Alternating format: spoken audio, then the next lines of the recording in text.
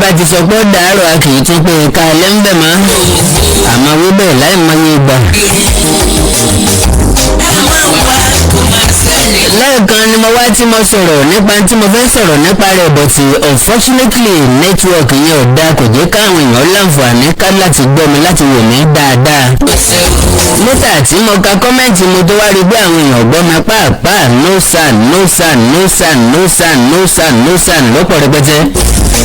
lélẹ̀ tó túmọ̀ sí wípé network yẹn ò dáa ṣe ló ń bírèkì ọ̀rọ̀ ń bírèkì orin ń bírèkì méjèèjì ló ń bírèkì àwọn èèyàn gbọ́ mi dáadáa.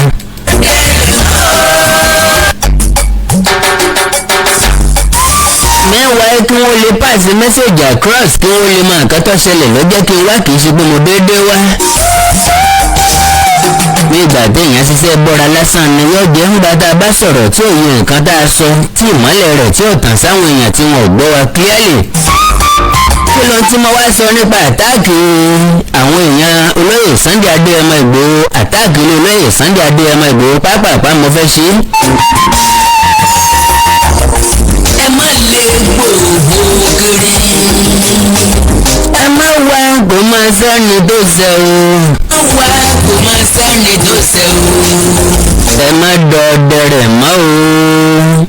agbẹnusọ ló mà jẹ́ o. má dọdẹ rẹ̀ mọ́ o. agbẹnusọ ló mà jẹ́ o. ẹ má lè gbòògbò kiri. ẹ má wá kó máa sẹ́ni tó ṣe o. ẹ má dọdẹ rẹ̀ mọ́ o. agbẹnusọ ló mà jẹ́ o. ilé mọ́wàá tí mo ti gbọ́ wípé wọ́n àtáàkì ilé olóyè Sunday Adéyẹmọ Ìgbòho. lẹ́yìn ẹ̀ náà ni mo rí fídíò ọ̀hún àwọn èèyàn tí wọ́n ṣe léṣe yánnayànna nílé olóyè Sunday Adéyẹmọ Ìgbòho. ìgbà tí àwọn èèyàn bẹ̀rẹ̀ sí ní pín fídíò yẹn àwọn èèyàn kan sọ wípé kò rí bẹ́ẹ̀ pé kì í ṣe ilé olóyè ló ti wá. mo wá láǹfààní àti sọ wípé ilé tí mo rí òun ibi tí wọ́n wà yẹn ilé olóyè Sunday Adéyẹmọ Ìgbòho ni. mo wá fa sábàbí kí ni tó ṣẹlẹ̀ níbo ni kíní ọ̀hún ti wọ́ wá. ìjọba gba ilé ẹ̀jẹ̀ o. ṣé ẹ gbàgbé wípé July 1st 2021 náà níjọba balẹ̀ olóyè Sunday Adéyẹmọ Ìgbòho jẹ́. ìjọba jalè wọ́n pànìyàn. wọ́n kó ọ̀pọ̀lọpọ̀ nǹkan nílé olóyè Sunday Adéyẹmọ Ìgbòho wọ́n gbẹ̀mí èèyàn méjì. bákan náà ni wọ́n àrẹ́sì èèyàn méjìlá. ìjọba wọlé rẹ̀ lóru. àwọn èèyàn ò kì í ṣètàn ọ̀rọ̀ tó fojú ìlú ọ̀farasí ni àwòdà bá ṣe ń lọ ẹnìkan ní jáwo aṣọ kárí ayé ni aṣọ oníṣúgà àti gbogbo àgbáyé gbọ́ nípa rẹ̀ náà ni.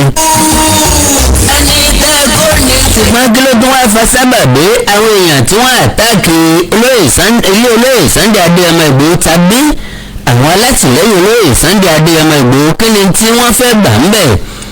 oríṣiríṣi ẹ̀ka nìtàn ń pa ohun tí àwọn èèyàn kan sọ ni pé àwọn ọmọ onímọ́tò ni wọ́n ń bára wọn jà wọ́n láwọn kan PMS wọ́n láwọn kan Federal wọ́n láwọn kan ọmọ auxiliary pé àwọn ni wọ́n ń bára wọn jà well now wọ́n wá àtáàkì àwọn ọmọlẹ́yìn olóyè Sunday Adéyẹmọ Ìgbòho bákan náà ni wọ́n ń gbèrò láti lọ sílé olóyè láti lọ ròyìn ká wọn mọ́ ń bẹ̀. làwa ni bínú ọ̀bá láwo kò ní gòkè odò kí ló fa sábàbí kí ni tó ṣẹlẹ̀ ó ní mímọ̀ sí ìjọba ń bẹ̀ àbí kò ní mímọ̀ sí ìjọba ń bẹ̀. now gómìnà Ṣèyí Mákindé tàbí ká sọ pé dájú wa gómìnà Ṣèyí Mákindé nínú ìlú tọ́lọ́ba tó níjòyè làwọn èèyàn kan ti ń fi ọmọ ẹ̀dá wọn níṣekúṣe. kí ni ẹ̀ṣẹ̀ olóyè Sunday Adéyẹmọ Ìgbòho kí ló ṣe fúnjọba ìpínlẹ̀ Ọ̀yọ́ ṣé lóòótọ́ ni gómìnà ìpínlẹ̀ Ọ̀yọ́ mọ̀ sí well to the best of my knowledge ìṣẹ̀lẹ̀ tó ṣẹlẹ̀ yìí ìjọba ìpínlẹ̀ Ọ̀yọ́ either indirectly or directly wọ́n mọ̀ nípa whatever tó bá ṣẹlẹ̀ sílé olóyè Sunday Adéyẹmọ Ìgbòho mo ní náà ń gbé lórí omi nu ẹ béèrè pé kí n kérú ẹ̀ wá. tẹ́ ẹ̀ bá gbàgbé force attack nílé olóyè Sunday Adéyẹmọ Ìgbòho níbi tí wọ́n ti dáná sun ilé tó lóyè Sunday Adéyẹmọ Ìgbòho kọ́kọ́ ń gbé ní sókà lọ́dún tó lọ. ẹ mọ̀ wípé àmọ́rúfẹ́ àwọn èèyàn tó wá àwọn èèyàn kan sọ wípé àwọn ọmọ auxiliary níbi wọ́n ti sọ́gbà náà nìyẹn because a mọ̀ wípé sọ́jà ò lè wá dáná sunlé ọlọ́pàá ò dẹ̀ lè wá dáná sunlé.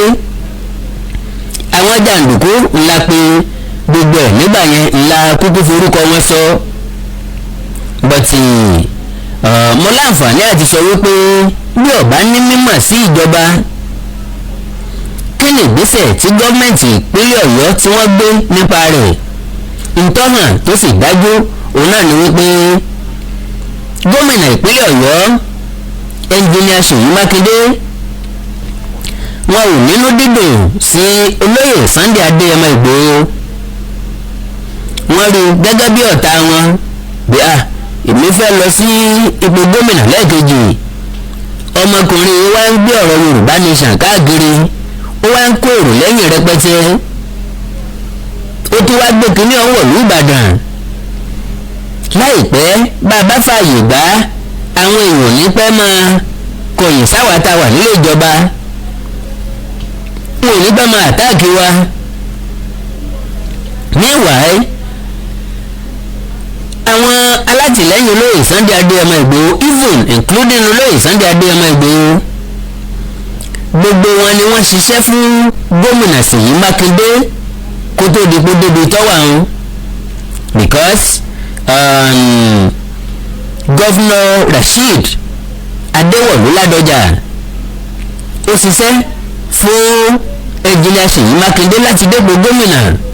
tẹ́ bá mọ̀ dáadáa tẹ́ bá gbàgbé wípé olólùfẹ́ gómìnà Rasheed Ládọjà ni olóyè Sunday Ìgbòho. ibi tí bàbá wa Adéwọ̀lú Ládọjà bá ti ń lọ ibẹ̀ lólóyè náà ń lọ. lélẹ̀ tó túmọ̀ sí wípé wọ́n ṣiṣẹ́ fún wíwọlé ẹnjìnìà Ṣèyí Mákindé. ṣùgbọ́n ẹnjìnìà Ṣèyí Mákindé ní interest láti lọ lẹ́ẹ̀kejì. lélẹ̀ tó túmọ̀ sí wípé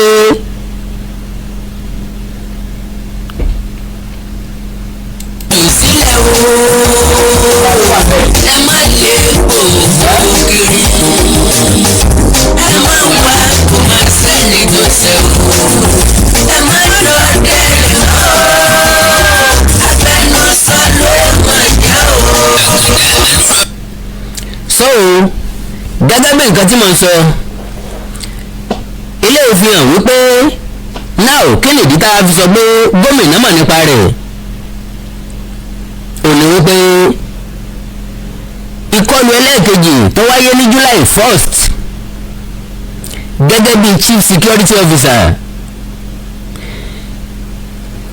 wọn ò ní ṣe wọn ní carry out irú operation bẹ́ẹ̀ bí gómìnà mọ̀ nípa rẹ̀ màá ṣàlàyé. Number 1 tí ẹ bá rántí dáadáa àwọn èèyàn tí wọ́n kó ní olóyè Sunday Adéyẹmọ Ìgbòho ìgbà tí wọ́n dójú ọ̀nà àwọn security agent tó wá DSS ni o sọ́jà ni o àti bẹ́ẹ̀ bẹ́ẹ̀ lọ kí wọ́n tó kù nìbàdàn làwọn kan ti padà lẹ́yìn wọn. àwọn tó padà lẹ́yìn wọn ló pọ̀ jù. àwọn díẹ̀ ló tẹ̀lé wọn lọ sí Àbújá kó tó di pé wọ́n dá àwọn kan sílẹ̀ lẹ́kìtì. now àwọn tó kù nìbàdàn yẹn àyè tẹ́lẹ̀ mi pé wọ́n á kúrò láàrin lórí báràkì wọn láì mú àwọn tó wà níjọba ìpínlẹ̀ Ọ̀yọ́ gbọ́ kò ṣeé ṣe. and ìwádìí fi hàn wípé gọ́fúnà Ṣèyí Mákindé náà ò sùn lóru ọjọ́ náà bóyá wọ́n mọ́nítọ̀ kí ni nǹkan tí ń lọ báwo ló ṣe ń lọ sí. because àwọn tí wọ́n wá àtàkì olóyè Sunday Adéyẹmọ Ìgbòho ní July 1st wọ́n ti prepare ara wọn láti bí aago kan lóru ọjọ́ náà. ìdí ni wípé Sunday Adéyẹmọ Ìgbòho ká gbogbo bẹ̀ pátápátá ni wọ́n ti surround. Bóyá wọ́n kànlẹ̀kùn wọn sílẹ̀kùn fún wọn, wọ́n ti wọnú àwọn ilé yẹn, wọ́n ti gba fóònù wọn kí wọ́n má bàa láǹfààní láti pè fún ìrànlọ́wọ́ fún olóyè Sunday Adéyẹmọ Ìgbòho. Now ìgbà tí wọ́n tíráàkì nọ́mbà ẹ̀ tí wọ́n rí i pé ó wà nínú ilé níbi 1:30 òun náà ni wọ́n tó wọlé tí wọ́n dẹ̀ ṣe nǹkan tí wọ́n fẹ́ ṣe tí wọ́n fi lọ. Now àwọn tó padà sí Ìbàdàn yẹn jẹ́ ká mọ̀ wípé gómìnà mọ̀ nípa rẹ̀, ìjọba mọ̀ nípa rẹ̀. Now ẹ jẹ́ ká wá fojú inú wo kíní kan dáadáa. Do you know wípé ẹni tó jẹ́ igbákejì gómìnà ìpínlẹ̀ Ọ̀yọ́, igbákejì gọ́vnọ̀ Ṣèyí Mákindé, ǹjẹ́ a mọ̀ wípé àbúrò ìyá olóyè Sunday Adéyẹmọ Ìgbòho ni? Kò ń ṣe àràbá tán o, ìyá kan bàbá kan ló bí wọn, àbílẹ̀ kẹta mọ́mì olóyè Sunday Adéyẹmọ Ìgbòho ni. Ibẹ̀ yẹn kọ́ ni mo fẹ́ lọ.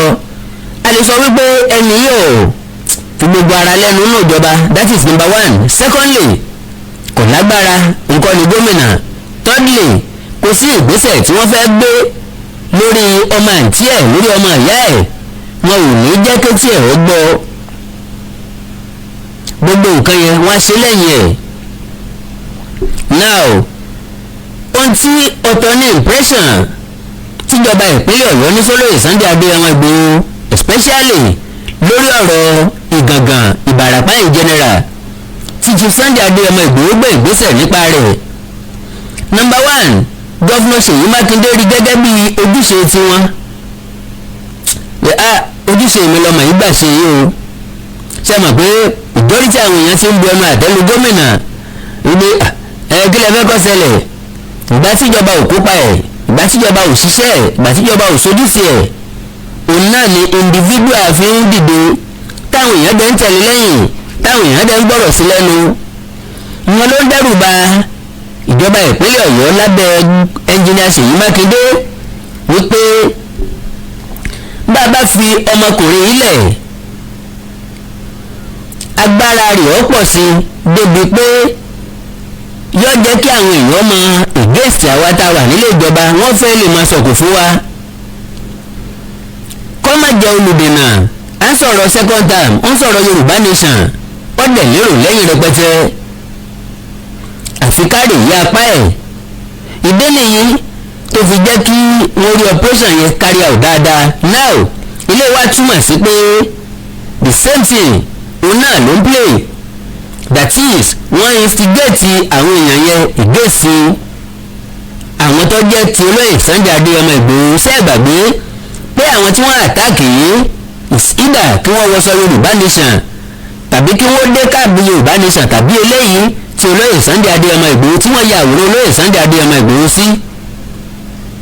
Ẹni tá a kọ́ níkà tó gbà ó ní díẹ̀ ìkà nínú tẹ́lẹ̀ ni, because àwọn ọmọlẹ́yìn olóyè Sunday Adéyẹmọ Ìgbòho wọn ò sí lára ọmọ òsílẹ̀rì, wọn ò kí sọmọ BMS, wọn ò kí sọmọ federal. Ọmọ olóyè Sunday Adéyẹmọ Ìgbòho ni wọ́n. Bí bẹ́ẹ̀ bá kọ́, nígbà tí wọ́n ṣe wọ́n léṣe ọ̀dọ̀ PMS ni wọ́n gbé wọn lọ, tàbí ọ̀dọ̀ federal, tàbí ọ̀dọ̀ àwọn tó jẹ́ tòsílẹ̀rì. Ilé ni wọ́n gbà wá. Àwọn yẹ́dẹ̀ tó ń lérí lè ka pé àwọn ń bọ̀ wá bá wọn lé. So la fi ń pé gẹ́gẹ́ bí chief security officer fún odidi ìpínlẹ̀, bírò èyí bá ń ṣẹlẹ̀ kò sẹ́ni dáàdì ẹ̀bí ẹ̀rù ju gómìnà ìpínlẹ̀ yẹn lọ. Dídá omi àlàáfíà ìlú láàmú. Now èrí tó hàn tó dájú ó wà wípé ní gbogbo ìrìn àjò olóyè Sunday Adéyẹmọ Ìgbòho ní protest ní tàbí rally, kò sí ẹni tó farapa. Wáì tó wá jẹ́lé làwọn èèyàn tí wọ́n ń farapa ni wọ́n ti ń fara gbọ́ta. Ilé kù díẹ̀ káàtó, kò ń ṣe propaganda exactly bó ṣe ṣẹlẹ̀ ilẹ̀ ṣe gbọ́ tí wọ́n ti sọ yẹn.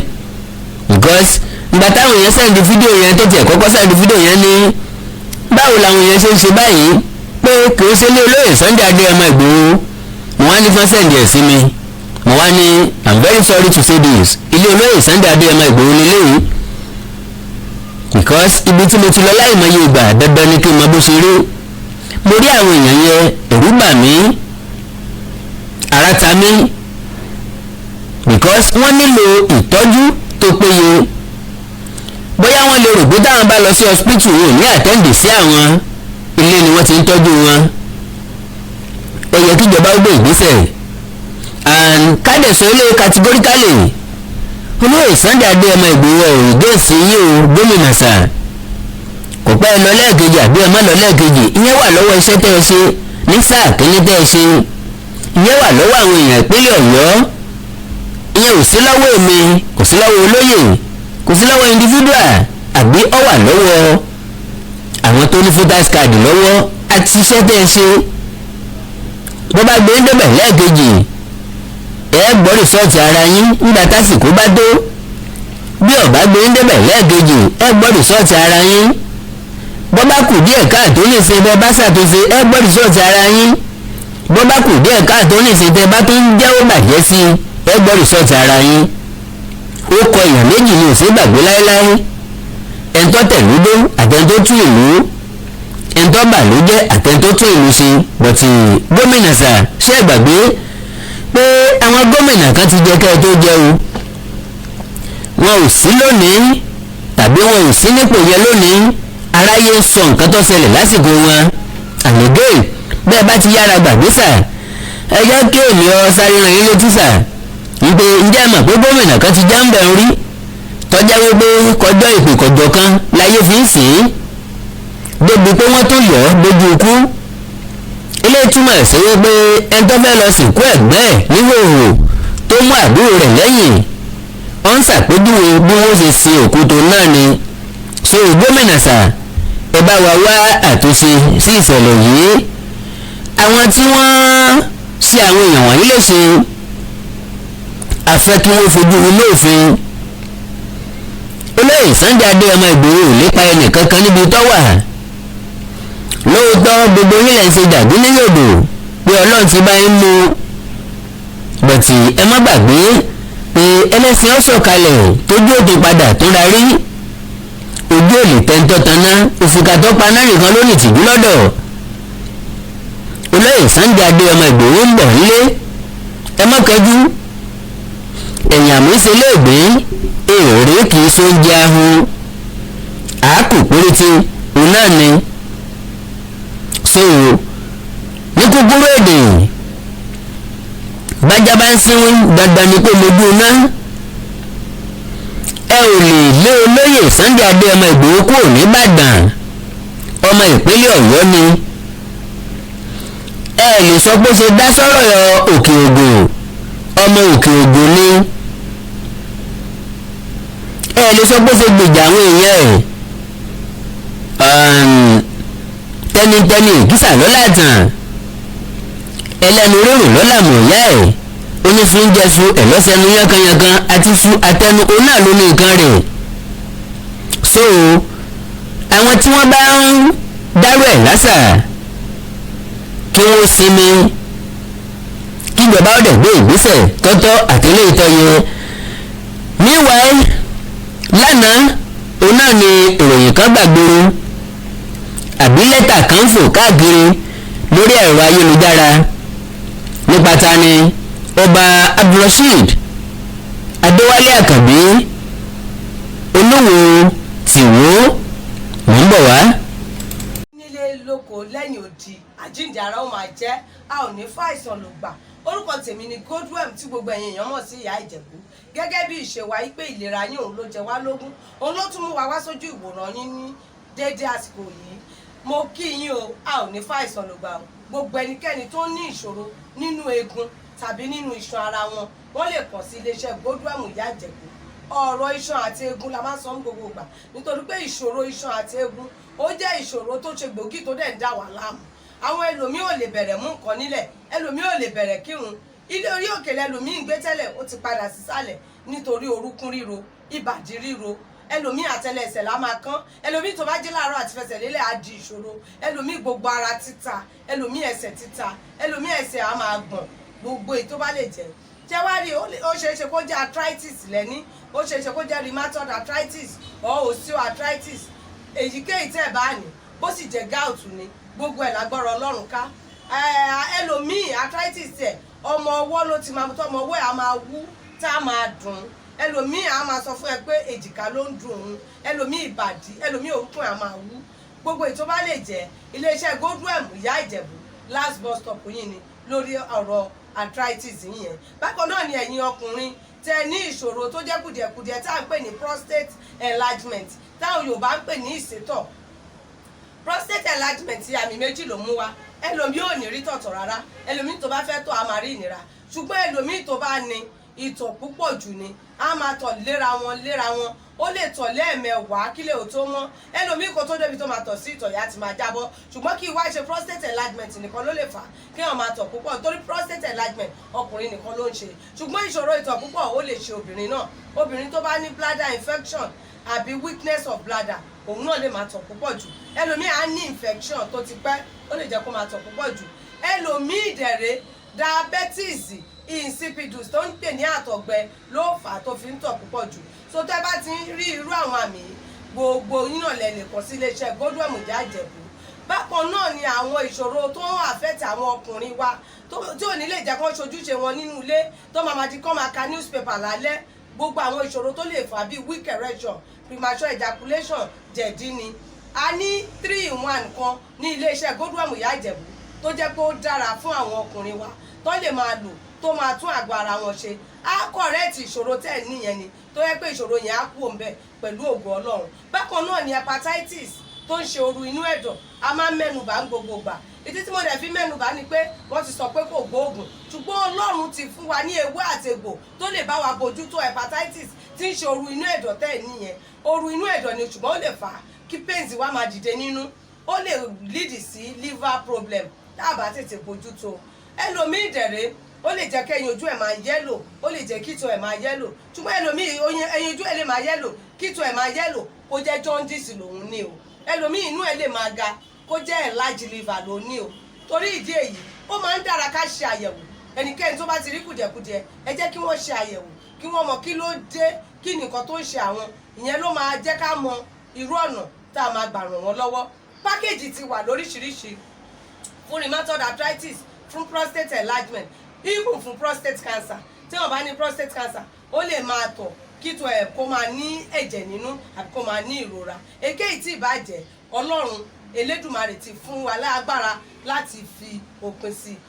Ẹ̀rọ ìbánisọ̀rọ̀ mi ni 080 330 34777 080 330 34777. Nọ́mbà yìí náà ni nọ́mbà WhatsApp mẹ́, kò sí ibi tí ẹ̀dẹ̀ wà tí oògùn wa ò ní dé. Gbogbo ẹ̀yin náà tẹ̀ tí ń gbalẹ̀ máa jẹ́rìí sí ibikíbi tẹ́ wà, bó jẹ́ US, bó jẹ́ Canada, bó jẹ́ UK, wherever you are, oògùn yìí máa dé ọ̀dọ̀ yín.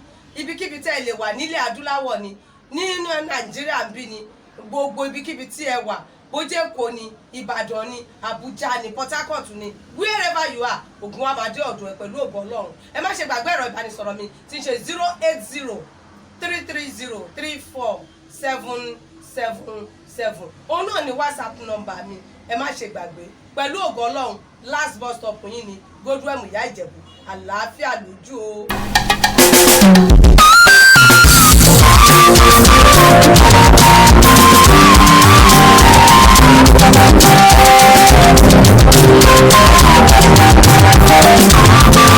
Kó tó di pé mo sọ̀rọ̀ nípa ti ọba Adéwálé Àkànbí Abdulrasheed.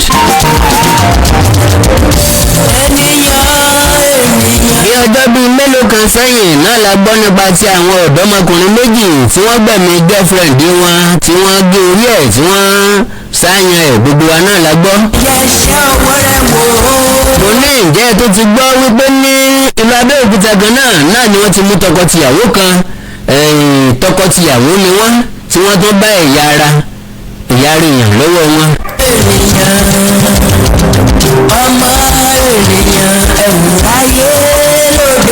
Káyìndé Ọládìméjì lórúkọ ọkọ, ọmọ ọdún 43 ni ìyàwó ẹ̀ ní jẹ́ Adéjùmọ̀kẹ́ Rájí ọmọ ọdún márùndínlógójì. ọkọ 43 ìyàwó 35.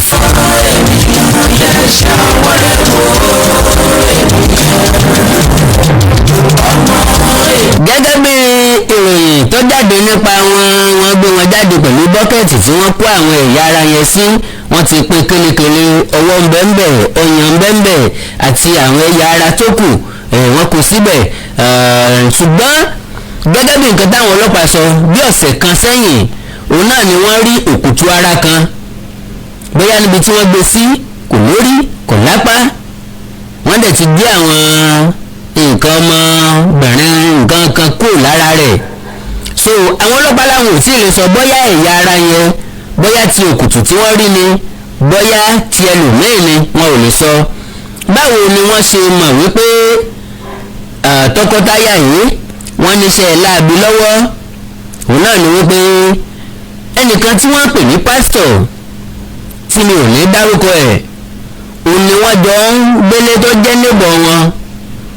onípàṣífù ódọ̀ láti inú yàrá àwọn ẹni tá a wí. òun lọ́wọ́ sọ fáwọn community pé ẹ dákun ìdéwájú ìdẹjọ́ o ìdẹ́yìn kọ́ daṣọ mọ̀ ń gbóòórùn báyìí báyìí. ara sì ń ti ní sáwọn èèyàn yìí ni wọ́n fi lọ rìpọ́ọ̀tù ní police station kéńtà. ìgbà táwọn yẹn gbọ́ wọ́n tètè gbé ìgbésẹ̀ pápápá. DPO wọn síwájú wọn ní dárúkọ àbí kí n dárúkọ ni DPO wọn síwájú. nígbà tí wọ́n débẹ̀ wọ́n wọ yàrá àwọn èèyàn yìí wọ́n fi mú fílẹ̀ wọ́n gbé bọ́kẹ́ẹ̀tì jáde tí àwọn ẹ̀yà ara tí mo dárúkọ yìí tó wà nínú ẹ̀. wọ́n mú wọn nínú ìwádìí ni wọ́n ti sọ wípé ẹnìkan tí ń jẹ́ Michael tí ń gbé àdá tán òun ló gbé àwọn ẹ̀yà ara yẹn fún àwọn. òkè báwo lẹ́yìn ṣe jẹ́? wọ́n ní oníṣègùn ìbílẹ̀ làwọn. tẹ́ bá wá jó ṣègùn ìbílẹ̀ dọ́símì wípé ẹ̀yà ara èèyàn ti dorí eku, ó ti dorí ẹja, ó ti dọ̀pọ̀lọ́, ó ti dọmọ́lé, ó ti di ọ̀gà, ó ti di ìkódẹ, ó ti di nǹkan míì tẹ́ ẹ fi ń ní nínú ilé tútù láì kìí ṣe gbígbẹ bó bá tiẹ̀ jẹ́ gbígbẹ gángọ́. àwọn yẹn ti wà níbi tí wọ́n ti ń káwọ́ pọ̀nyìn rojọ́ lọ́dọ̀ àwọn ọlọ́pàá nílùú Abẹ́òkúta tí ìṣẹ̀lẹ̀ tàkọ́kọ́ ti ṣẹlẹ̀. ṣé ìgbàgbé pé wọ́n mú àwọn ọmọdébìnrin mẹ́ta kan náà akẹ́kọ̀ọ́ secondary school ni wọ́n o tí wọ́n mú lẹ́kọ̀ọ́. inú school bag làwọn pín ẹ̀yà ara èèyàn sí àwọn mẹ́tẹ̀ẹ̀ta nínú school bag wọn tí wọ́n pọ̀n sẹ́yìn. bóyá onímọ́tò tí wọ́n wọ̀ taxi tó gbé wọn ló gbóòórùn ló rìpọ́ọ̀tù wọn fún security iléèwé wọn. ìgbà tí wọ́n máa tú báàgì wọn wò ni wọ́n bá wọn ẹlẹ́kẹ̀rú ń bẹ̀. so kí kálukú wọn máa ṣọ́ra ẹ̀já máa ṣọ́ra wa ẹ̀já máa ṣọ́rìnrìn ká sọ ìgbésẹ̀ gbé. Ọlọ́run nìkan ló lè dáàbò bo ẹ̀dá ṣùgbọ́n ẹni tó ru epo tàbí ru omi nìkan kọ́ ni wọ́n sọ fún díẹ̀ díẹ̀ ẹ̀sọ̀ pẹ̀lẹ́ tó mi lọ́wọ́ ẹ̀sọ̀ pẹ̀lẹ́ tó yín lọ́wọ́. bẹ́ẹ̀ bá rìn mi ò kì í fẹ́ kẹ́yìn kankan mọ bí tí ń bá lọ ìrọ̀ òkò rí bẹ́ẹ̀ mọ́ o. bẹ́ẹ̀ bá so ẹ jẹ́ ká sẹ́rànsẹ́rà mọ́ ẹ ti jẹ́wọ́ fún ẹ sọ fáwọn èèyàn kan toríjọ́ tí ọba rí báyìí kẹ́nìkan lè mọ ibi tí wọ́n wáyé sí. Ọlọ́run ní sẹ̀mí wa légbodò, Ọlọ́run ní já bọ́ sọ́wọ́ àwọn agbénipa, àwọn tí wọ́n ń gbé ẹ̀yà ara èèyàn tí wọ́n ń pàpàtà èèyàn, Ọlọ́run ní jẹ́ ká bọ́ sọ́wọ́ wọn lágbára Ọlọ́run. Meanwhile ọ̀rọ̀ nípa ti lẹ́tà tẹ́ ẹ rí tí mo rí òun náà ni mo ní ká sọ díẹ̀ nípa rẹ̀.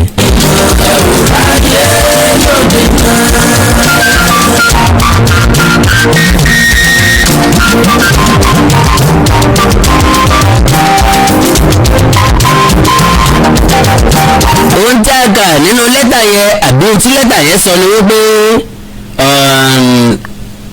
ọba Abdulrasheed Adéwálé Àkànbí a lè pè wọ́n ní emir of Iwoland tàbí emperor of Iwoland, Oluwo of Iwoland, pé wọ́n kọ lẹ́tà sí gómìnà ìpínlẹ̀ Ọ̀ṣun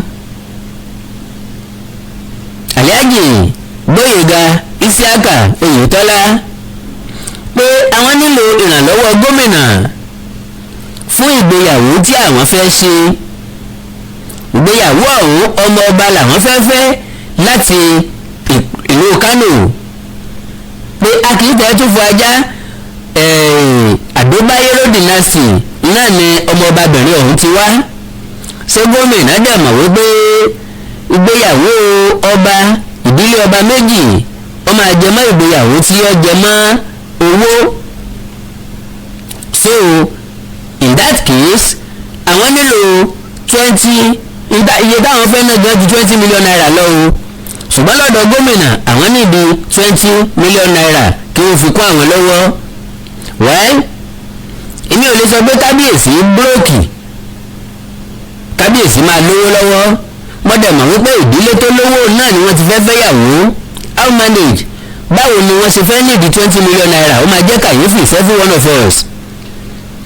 Now pálásì Ìwó ti dìnáì lẹ́tà yẹn pé àwọn ò kọ lẹ́tà tó jẹ́ bẹ́ẹ̀ o. Ìjọba ìpínlẹ̀ Ọ̀ṣun through Commissioner of Information àwọn náà ti debunk ẹ̀ wípé kò sí òótọ́ ọ̀rọ̀ kankan nínú lẹ́tà yẹn tàbí ìròyìn yẹn. Àwọn ọ̀tá ìlọsíwájú, ọ̀tá gómìnà, ọ̀tá ìjọba òun ni wọ́n gbé ìròyìn ẹlẹ́jẹ̀ ọ̀hún jáde. Lóòótọ́ lásìkò tá a wà yìí, jet age tá a wà yìí, computer age tá a wà yìí, social media age tá a wà yìí, kò sí nǹkan tí ò ṣeé ṣe. Do you know pé wọ́n lè dọ́kítọ̀ lẹ́tà yẹn? Do you know pé àwọn èèyàn kan lè jókòó síbì kan kí wọ́n pirate letter-headed paper, kí wọ́n ṣe ti signature àti stamp. Ẹ̀rín pa mí, ó ní detail fi pa mí because letter-head palace ni wọ́n fi kọ lẹ́tà yẹn. That is number one. Secondly, stamp